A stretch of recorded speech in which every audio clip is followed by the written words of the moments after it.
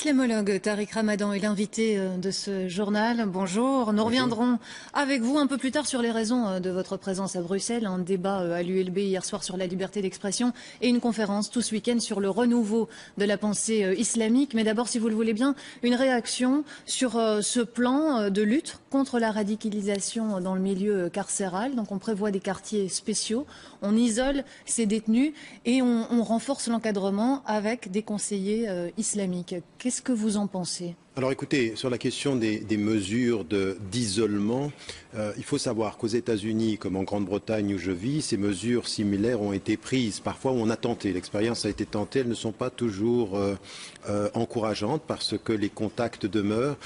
Donc je pense que l'isolement peut être une démarche si et seulement si elle est aussi accompagnée de l'encadrement. Alors je ne sais pas si l'encadrement dont on parle, il est uniquement pour ceux qui ne le sont pas ou qui ne seraient pas radicalisés. La clé du succès du travail d'accompagnement dans les prisons, c'est plus d'aumôniers ou de conseillers spirituels, beaucoup plus d'encadrement, beaucoup plus de présence, beaucoup plus de confiance aussi. C'est-à-dire que, comme l'a dit l'imam qui s'y rend, vous serez beaucoup plus écouté si vous êtes un musulman qui de l'intérieur parle aux musulmans que si vous envoyez quelqu'un qui serait uniquement un psychologue ou un conseiller d'orientation qui ne le serait pas. Il y a une confiance supplémentaire. Alors la lutte contre le radicalisme musulman est aujourd'hui une priorité en Belgique comme dans pas mal d'autres pays d'ailleurs. Comment est-ce que vous expliquez, vous, que ces jeunes, parce que ce sont principalement des jeunes, souvent issus de l'immigration deuxième voire troisième génération, donc des Belges, comment se laissent-ils tenter par le djihad et par cette vision fondamentaliste de l'islam? Alors écoutez, il y a deux raisons, parce que ce sont les enfants de deux parents, si je veux prendre symboliquement. Ce sont les enfants de la communauté musulmane, ils sont musulmans. Et donc, en l'occurrence, ici, il y a un vrai déficit sur notre encadrement, sur l'institutionnalisation de la formation, sur la présence. Quand finalement vos informations, vous les prenez sur Internet ou sur des réseaux sociaux et que vous pouvez vous faire manipuler, c'est la preuve qu'en amont, la formation n'est pas suffisante. Et donc là, c'est à la conscience musulmane, aux institutions musulmanes, belges, européennes, de faire un travail. Mais d'un autre côté, comme vous l'avez dit, ce sont des Belges de confession musulmane, ils sont les enfants de cette société-là. Et qu'est-ce qui fait qu'à un moment donné, vous puissiez vous tourner, donc il y a des raisons objectives, la frustration sociale, le manque de considération, la perception quand même que le discours... Ça veut dire que ce sont des facteurs extérieurs qui sont responsables? C'est des facteurs intérieurs et extérieurs, mauvaise compréhension de l'islam, et puis en même temps des frustrations, on le sait, il y a des expressions de frustration, de mal-être, et donc il ne faudrait pas que nous nous regardions les uns et les autres, les musulmans d'un côté en disant c'est la faute à l'Occident ou c'est la faute à la Belgique, et d'un autre côté la Belgique disant ah ben c'est la faute aux musulmans. Non, il y a des vraies questions d'intégration par le social, d'intégration par le scolaire. Quand vous êtes bien dans votre être et quand le discours autour de vous n'est pas un discours systématiquement stigmatisant, mais vous êtes moins attiré par des réseaux sociaux. Je pense qu'il faut que nous comprenions que nous avons une co-responsabilité. Et vous avez dit une chose qui était importante dans l'implicite de votre question, c'est qu'à un moment donné, il faut que nous comprenions que nous sommes des partenaires. C'est-à-dire qu'il faut que l'État belge fasse confiance à ses citoyens de confession musulmane comme étant des éléments de la solution et non pas des suspects du problème. Et ça, aujourd'hui, il y a un vrai travail à faire dans la confiance mutuelle. On en parle un peu plus longuement avec vous un peu plus tard dans ce journal. Excusez-moi. Tariq Ramadan est de retour sur ce plateau. Tariq Ramadan, vous êtes un intellectuel bien connu, intellectuel musulman, médiatique et régulièrement polémique. Hier soir, vous étiez invité à l'ULB pour un débat sur la liberté d'expression. L'ULB qui avait refusé de vous inviter il y a 8 ans de ça. Vous avez changé entre-temps ? Non, je pense que c'est l'ULB qui s'est réconcilié avec ses principes. On a défendu à l'ULB et on défend à l'ULB la liberté d'expression et on m'avait empêché d'y intervenir pour des raisons de propos qu'on me soupçonnait ou qu'on avait dit ou qu'on pensait que je disais, cette fameuse théorie que je dis une chose et une autre. Depuis 25 ans, ma ligne, elle est claire.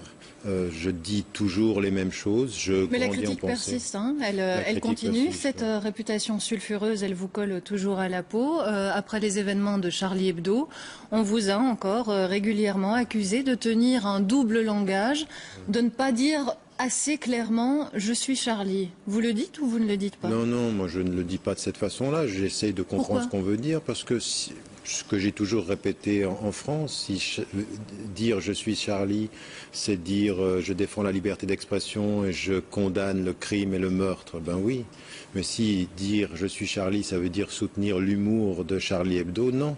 Et j'ai toujours dit ne nous assignez pas à un ou ceci ou cela. Ça, c'est la position de George W. Bush. C'est ça que ça veut dire. Je suis Charlie. Les gens qui brandissaient ça dans la rue, c'était dire leur soutien à la liberté d'expression. Est-ce que dans ce contexte-là, où justement on perd un petit peu ses repères, où énormément de jeunes perdent leurs repères, est-ce qu'un intellectuel comme vous, écoutez, n'a pas la responsabilité de dire clairement les choses à un moment? Non, mais elles sont claires. Vous savez, le sens de la nuance, c'est pas un manque de clarté. Dire que les choses sont complexes, c'est pas un manque de clarté. C'est toujours, il faut être clair dans la complexité, clair dans le fait que non, ça n'est pas aussi simple que ceci.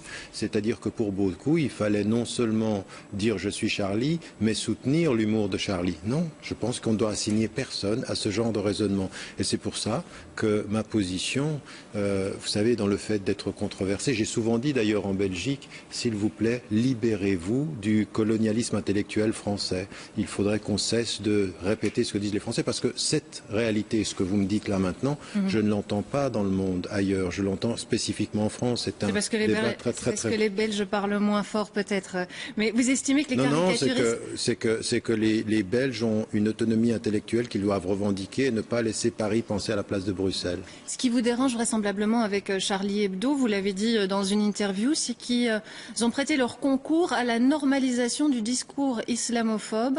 C'est en ces termes que vous exprimez. Non, pas seulement, non.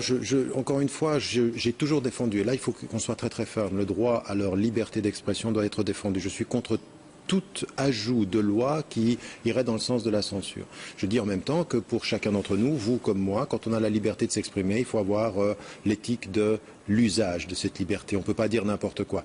Mais je leur reprochais surtout une chose, c'est qu'ils étaient libres à géométrie variable. C'est quand même ce journal dont nous parlons qui, quand Ciné est à l'intérieur du journal et qu'il rapporte une citation où il fait référence au fait que le fils de Sarkozy est juif et qu'il ira loin, eh bien on le renvoie. Donc attendez, les mêmes intellectuels français qui défendent la liberté d'expression, parfois vous disent on ne peut pas tout dire. Il faudrait savoir où on dit tout pour tout le monde la même chose. Donc mon problème avec Charlie Hebdo, c'est cette stigmatisation permanente et qui était liée pour quelque chose qui était grave pour moi. C'est qu'à un moment donné, on le sait aujourd'hui, vous le savez dans les médias, parler de l'islam, ça fait de l'argent. Et qu'ils utilisaient ceci de façon pas toujours très très honnête. L'antisémitisme, vous en parliez, et c'est vrai qu'il en est beaucoup question aujourd'hui. On l'associe beaucoup justement au monde musulman aujourd'hui. C'est quelque chose que vous voyez comment? Je vois comme, d'abord, ce n'est pas une question spécifiquement musulmane. L'Europe a une conscience blessée de ce point de vue-là. Je crois qu'il faut qu'on soit clair.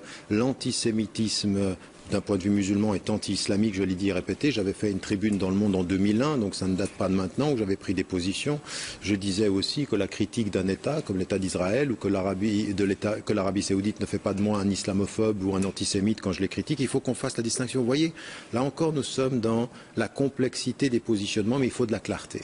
C'est-à-dire, critiquer un État, on a le droit de le faire, être un raciste, être un antisémite, être un islamophobe, être contre les Noirs, être contre les Arabes ou contre les Roms, ça ne peut pas et ça ne doit jamais être accepté. Et ceci, c'est un combat que l'on doit mener en commun. Il ne faut pas qu'en Belgique, comme dans les autres sociétés occidentales, on se renvoie la balle et qu'on fasse des hiérarchies dans le racisme.